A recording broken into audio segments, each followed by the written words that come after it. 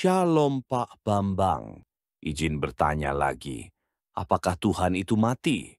Ini kan pertanyaan sangat sering ditanyakan oleh saudara-saudara kita, beda iman. Mohon penjelasannya Pak Bambang. Terima kasih. Sebetulnya saya jawab gini bosen juga, tapi enggak apa-apa lah. Kita orang sabar lebih daripada para pahlawan. Kata Tuhan tadi kan sudah dikatakan, itu kan fungsional. Seperti kata Lord. Ya, tapi kalau Lord of Lord itu God. Lord itu Charles misalnya. Kalau Charles mati, yang mati itu apa Lordnya apa Charlesnya? Ya Charlesnya. Lord tidak bisa mati kan, Lord itu jabatan. Semisal misalnya Presiden Soekarno wafat. Yang wafat kan fisik Soekarnonya. Presiden kan itu jabatan, mana bisa jabatan wafat. Makanya dia yang dibunuh dalam keadaannya sebagai manusia. Bukan Tuhan itu dibunuh. Tuhan tidak bisa mati. Kalau di dalam kidung-kidung gereja ortodok ya, gereja timur itu, ada ungkapan misalnya Kudusullah, Kudusul Qawi, Kudusul Lati la yamut irhamna.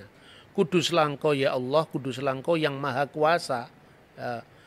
Kudusu ayyuhal qawi, kudusul lati la yamut irhamna. Kuduslah engkau yang tak berkematian.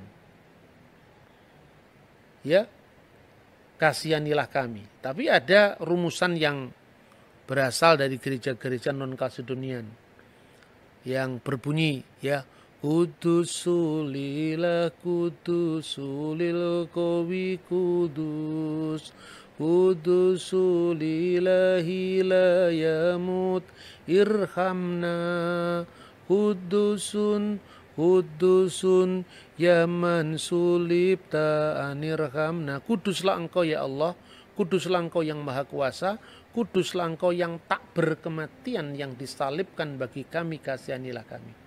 Jadi Yesus itu tidak bisa mati sebagai firman Allah. Tetapi disalibkan bagi kami dalam kemanusiaannya. Itu ayatnya clear sekali kok. Dan dalam keadaannya sebagai manusia dia telah taat. Bahkan taat sampai mati. Bahkan mati di kayu salib.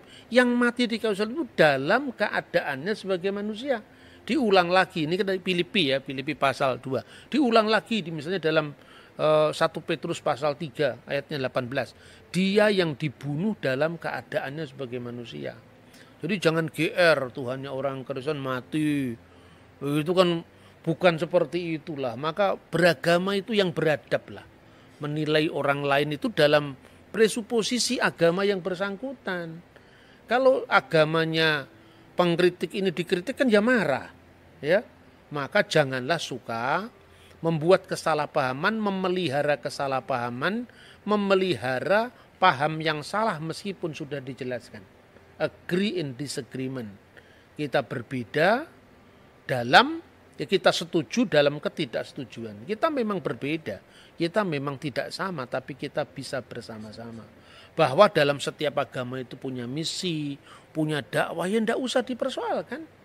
Kalau di Kristen misalnya, Rasul Paulus pernah mengatakan, celakalah saya kalau saya tidak memberitakan Injil. Celakalah aku apabila aku tidak memberitakan Injil. Kemudian apa harus diselamatkan? Wah, Kristen itu hati-hati.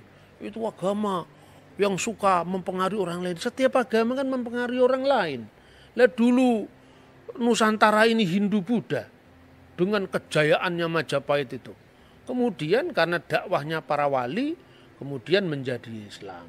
Nah sekarang kalau misalnya ada orang Islam menjadi Kristen, ya biarkan saja lah. Itu kan hak asasi manusia. Tidak perlu harus ada gerakan anti pemurtadan. Murtad dan tidak murtad tergantung dari pihak mana kita melihat kan. Marilah kita berspiritualitas yang berbhinneka tunggal ika. Berbeda-beda tetapi satu. Tidak usah usil dengan orang lain, apalagi itu orang yang agamanya sungguh berbeda dengan dia, tidak bisa dipahami menurut dia. Itu saya kira ya, semoga ini bisa mencerahkan.